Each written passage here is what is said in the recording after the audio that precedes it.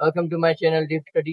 Last video में हमने जो है वो पहली 7 ब्रांचेस के बारे में डिस्कस किया था। आज हम डिस्कस करने वाले हैं नेक्स्ट बाकी बची हुई ब्रांचेस के बारे में। तो सबसे पहली ब्रांच आज वाली वीडियो की है हमारी डेवलपमेंटल बायोलॉजी, जिसे दूसरा एम्ब्रियोलॉजी भी कहा जाता है। एम्ब्रियोलॉजी दो वर्ड से मिलकर बना है, एम्ब्रियोन और लोगोस। और एम्ब्रियोन भी ग्रीक वर्ड है, लोगोस भी ग्रीक वर्ड है, आप जानते ही हैं कि एम्ब्रियोन का मतलब होता है एम्ब्रियो और लोगोस का मतलब होता है स्टडी। तो इस एम्ब्रियो के बारे में जान लेते हैं पहले ये है क्या। सबसे पहले तो जब एक स्पर्म यानी कि हमारा germ cell sperm plus egg जब मिलते हैं, फर्टिलाइजेशन जब इनकी हो जाती है तो ये बन जाते हैं जाइगोट। और जाइगोट आगे चलकर थोड़ा और डेवलप होकर बन जाता है एम्ब्रियो। क्या बन जाता है? एम्ब्रियो। ये एम्ब्रियो मजीद डेवलप होकर एक स्टेजेस से, काफी सारे स्टेजेस से गुजरेगा और एक डेवलप होकर एक न्यू ऑर्गेनिज्म, एक एडल्ट बन जाने वाला है। तो इन सिंपल एम्ब्रियोलॉजी में हम क्या पढ़ने वाले हैं? The study of formation and development of embryo. हम इसमें पढ़ेंगे कि एक एम्ब्रियो बनता कैसे है और उसके अंदर वो कैसे बढ़ता है, उसके अंदर डेवलपमेंट कैसे होती है। ये सारी चीजें हम इसके अंदर पढ़ने वाले हैं। जैसे हम अगर एक ह्यूमन के एम्ब्रियो की बात करें तो वो 9 मंथ तक ऐसे समझे कि उसके अंदर जो भी चेंजेस आते हैं, उसके एक बेबी बन जाने तक, एक एडल्ट बन जाने तक, वो सारे के सारे चेंजेस हम इसके अंदर पढ़ने वाले हैं। या अगर एक चीक की बात करें, जैसे चूजा होता है मुर्गी का बच्चा, तो वो उसका भी एक स्टेज होता है वो, ठीक है, वो कितने दिन में कंप्लीट जो है ना वो बन जाता है, एक बेबी बन जाता है कंप्लीट। तो उसके बारे में भी समझो, उसका भी ये एक एम्ब्रियो हो गया। तो डिफरेंट ऑर्गेनिजम्स की डिफरेंट एम्ब्रियोलॉजी होती है। इन सिंपल एम्ब्रियो की स्टडी हम किसमें करेंगे? डेवलपमेंटल बायोलॉजी में या एम्ब्रियोलॉजी में। तो इस चीज में आपने भूलना नहीं है कि कहीं पर एमसीक्यूज में एम्ब्रियोलॉजी भी आ सकता है, कहीं पर डेवलपमेंटल बायोलॉजी भी दे सकते हैं। तो ये दोनों सेम थिंग है, इसके अंदर आपने भूलना नहीं है, ठीक है। इसके बाद आ जाते हैं इन्वायरमेंटल बायोलॉजी। इन्वायरमेंटल बायोलॉजी को दूसरा इकोलॉजी भी कहा जाता है, ठीक है, इकोलॉजी भी इसको कहा जाता है। दोनों सेम थिंग है, ये भी आपने याद रखना है। The study of relationship between living organisms and non living factors of environment and their effect on each other. के लिविंग ऑर्गेनिजम्स का नॉन लिविंग थिंग्स के ऊपर और नॉन लिविंग एनवायरनमेंट का लिविंग ऑर्गेनिजम्स के ऊपर क्या अफेक्ट होता है, वो हम पढ़ने वाले हैं। किसके बारे में? इसमें पढ़ेंगे हम इन्वायरमेंटल बायोलॉजी में। इसके बाद जो नेक्स्ट हमारे पास ब्रांच है वो है पैलियोंटोलॉजी। पैलियोंटोलॉजी 3 लफ्जों से मिलकर बना है, ऐसे समझे 3 ग्रीक लफ्जों से मिलकर बना है, जिसमें पहला वर्ड है पेलियोस, जिसका मतलब होता है एंशंट, जिसका मतलब है ओंटोस, जिसका मतलब होता है बीइंग, ठीक है, और स्टडी, यानी कि बीइंग एंशंट यानी कि पुराने ऑर्गेनिजम्स की स्टडी, बीइंग एंशंट। और अब इन पुराने ऑर्गेनिजम्स की स्टडी करने को हम क्या बोलते हैं? पैलियोंटोलॉजी। देख कैसे? The study of remote past organic life with the help of fossils. ये एक होता है सिर्फ पास्ट, ठीक है, लेकिन ये क्या कह रहा है? रिमोट पास्ट यानी बहुत ही ज्यादा पहले वाले ऑर्गेनिज्म के बारे में, ठीक है। तो एंशंट के बारे में भी आपको देखो ना, एंशंट है, एक होता है ओल्ड, एक होता है एंशंट। ओल्ड यानी पुराना, एंशंट यानी कदीमी, कदम कदीमी यानी बहुत ही ज्यादा पुराना, यानी अब हजारों साल पहले की बात की जा रही है, ठीक है। कितने साल पहले की? हजारों सालों पहले की बात की जा रही है यहाँ पर। तो अब पैलेंटोलॉजी में हम हजारों साल पहले जो ऑर्गेनिज्म थे उनकी स्टडी करते हैं, ठीक है, लेकिन कैसे?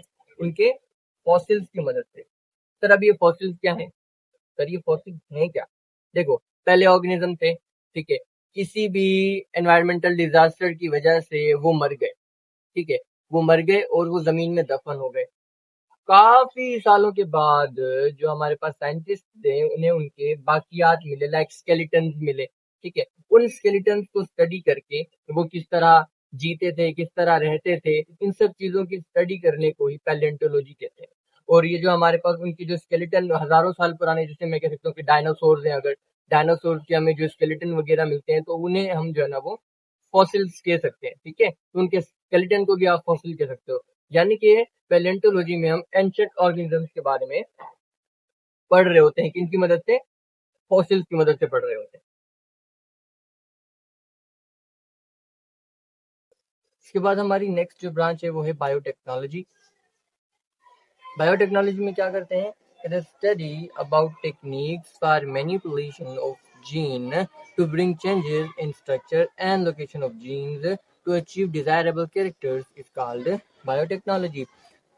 तो जी बायोटेक्नोलॉजी में हम क्या करते हैं कि हम जीन के अंदर चेंजेस करवाते हैं। क्या करवाते हैं? जीन के अंदर चेंजेस करवाते हैं उसके स्ट्रक्चर में और उसके लोकेशन में, ताकि हम डिजायरेबल कैरेक्टर पा सकें, यानी जो कैरेक्टर्स हमें चाहिए हम वो पा सकें। तो सबसे पहले ये कैरेक्टर्स क्या होते हैं और ये जीन के अंदर क्या चेंजेस होते हैं और जीन असल में है क्या, ये जान लेते हैं। ठीक है, आप कह सकते हो कि हेरिडिटी का बेसिक यूनिट है जीन। ठीक है, जो कि डीएनए का एक स्पेसिफिक पार्ट होता है। लाइक ये हमारा एक डीएनए है। ठीक है, इस डीएनए का हम कह सकते हैं कि ये इस तरह से एक स्पेसिफिक पार्ट जीन कहलाता है। और इस जीन के अंदर जो है ना इम्पोर्टेंट नॉलेज, ठीक है, इम्पोर्टेंट इंफॉर्मेशन प्रेजेंट होती है कि आज जो है ना और ये जीन ऐसी चीज है जो कि हमने जेनेटिक्स में पढ़ी थी कि जीन ट्रांसफरिंग ऑफ जीन क्या क्या होता है, कि हेरिडिटी, या आप कह सकते हैं कि ट्रांसफरिंग ऑफ कैरेक्टर्स होता है। वो किस चीज के थ्रू होता है? जीन के थ्रू होता है। लेट्स सपोज के हाइट कितनी होगी, स्किन कलर कैसा होगा, आइज का कलर कैसा होगा, या हेयर का जो है ना वो क्या बोलते हैं उसको, हाँ, तो हेयर का कलर कैसा हो सकता है। ठीक है, तो इस तरह की जितनी भी चीजें हैं वो हम इसके अंदर पढ़ने वाले हैं।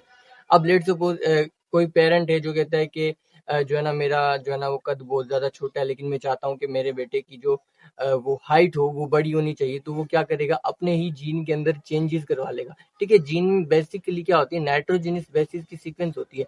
इस तरह पे ना यहाँ पर ग्वानिन, साइटोसाइन, इस तरह काफी सारे क्या होते हैं? नाइट्रोजेनिस बेसिस होते हैं। अगर यहाँ से हम किसी भी एक बेस को उठा के चेंज कर देंगे ना, उसकी जगह पर कोई और ला के रख देंगे, यानी इसकी स्ट्रक्चर में या उसकी लोकेशन में यहाँ पर चेंज कराएंगे, तो जीन कम्प्लीटली ऐसे समझो कि चेंज हो जाता है। इसी तरह से काफी सारे चेंजेस करवा के जीन में हम आने वाली जो भी नस्ल होगी उसके अंदर अपने डिजायरेबल कैरेक्टर्स पा सकते हैं। तो ये इस तरह की जितनी भी हम स्टडी करेंगे तो वो हम किसके अंदर करने वाले हैं? बायोटेक्नोलॉजी के अंदर करने वाले हैं। थोड़ा सा मतलब ये एक्सपेंसिव भी होती है ये चीज, इसलिए बहुत ही कम लोग इसको मतलब कि करवा सकते हैं। इसके अलावा बायोटेक्नोलॉजी के हमें और बहुत से फायदे हैं, जैसे कि इंसुलिन का बनना और भी काफ़ी चीज़ें जो है ना वो बायोटेक्नोलॉजी की मदद से हम बनाते हैं। उसके बाद आता है सोशियो बायोलॉजी। सोशियो बायोलॉजी में जो सोशियो वर्ड है वो लैटिन वर्ड है, जिसका जो लैटिन वर्ड है वो है सोशियर, और सोशियर का मतलब होता है एसोसिएट। ठीक है, और इसके अंदर हम क्या पढ़ते हैं कि the study of social behaviour of living organism, या आई इंटरेक्शन बिटवीन देमसेल्व्स, यानी एक ऑर्गेनिज्म का दूसरे ऑर्गेनिज्म के साथ बिहेवियर कैसा है। ठीक है, इसके बारे में जो है ना हम पढ़ने वाले हैं सोशियो बायोलॉजी में। जिस तरह मैं कह रहा हूँ कि डॉल्फिन है, डॉल्फिन ह्यूमन फ्रेंडली होती है। ठीक है, इसके अलावा अगर हम डॉग का और कैट का आपस में इंटरेक्शन देखें तो वो एक दूसरे के काइंड ऑफ एनिमी है, लाइक दैट। इस तरह के सोशल बिहेवियर हम इसमें पढ़ने वाले हैं सोशियो बायोलॉजी के अंदर। उसके बाद आ जाती है पैरासाइटोलॉजी।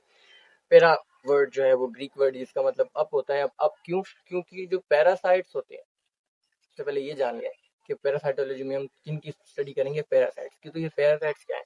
पैरासाइट्स ऐसे ऑर्गेनिज्म होते हैं जो अपने होस्ट से, ठीक है, होस्ट उसको बोलते हैं जिनसे पैरासाइट कुछ फायदा उठाने वाले हैं। पैरासाइट ऑर्गेनिज्म होते हैं जो अपने होस्ट से फायदा लेंगे और उन्हें नुकसान पहुंचाएंगे। जैसे आप कह सकते हैं मस्कीटो, ठीक है, एक पैरासाइट है। लीच एक पैरासाइट है।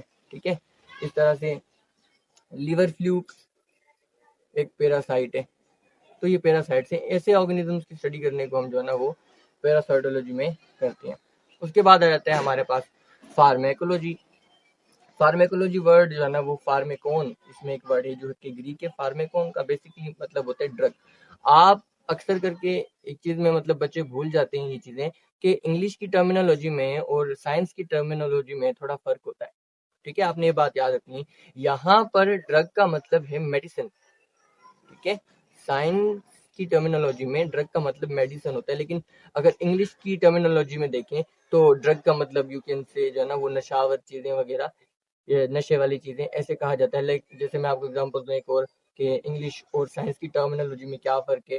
भाई जैसे हमारे पास फोटो है, साइंस में फोटो का मतलब होता है लाइट, लेकिन अगर हम इंग्लिश टर्म से देखें तो फोटो का मतलब होता है पिक्चर। तो ऐसा थोड़ा सा डिफरेंस होता है, ये बात याद रखना। तो ड्रग का मतलब यहाँ पे क्या है? मेडिसिन है। ठीक है, तो फार्मेकोलॉजी में हम क्या पढ़ते हैं? The study about action of drug, कि कौन सी दवा किस तरह से काम करती है, उनके बारे में हम किसमें पढ़ेंगे? फार्मेकोलॉजी के अंदर। उसके बाद लास्ट हमारे पास जो ब्रांच है वो है मॉलिक्यूलर बायोलॉजी। कहते हैं the study of organic molecules which constituent cells and its organelle, कि हम उन ऑर्गेनिक मॉलिक्यूल्स के बारे में पढ़ेंगे। मॉलिक्यूलर बायोलॉजी में हम ऐसे ऑर्गेनिक मॉलिक्यूल्स के बारे में पढ़ेंगे जिससे सेल और उसके ऑर्गेनल्स बने हुए हैं। ठीक है, तो इसके अंदर हम क्या पढ़ेंगे, मतलब ये सब चीजें किसमें पढ़ेंगे हम, मॉलिक्यूलर बायोलॉजी में, कि भाई सेल और उसके ऑर्गेनल जिन जिन मॉलिक्यूल से बने उन सब मॉलिक्यूल्स को अगर हम पढ़ेंगे तो वो किस ब्रांच में पढ़ने वाले हैं, जो मॉलिक्यूलर बायोलॉजी की ब्रांच में पढ़ने वाले हैं। आज का हमारा टॉपिक कंप्लीट होता है। प्लीज चैनल को सब्सक्राइब करें ताकि आपको मैं मजीद इसी तरह की इंफॉर्मेटिव वीडियो जितना मुझसे आसान हो सके मैं आपके लिए बनाऊं और आप लोगों के साथ शेयर करूं। Also press the bell icon and like my videos if you like, and आपको किसी भी किस्म का क्वेश्चन हो तो वो आप कमेंट करके मुझसे पूछ सकते हैं। I'll be there, इंशाल्लाह। See you soon.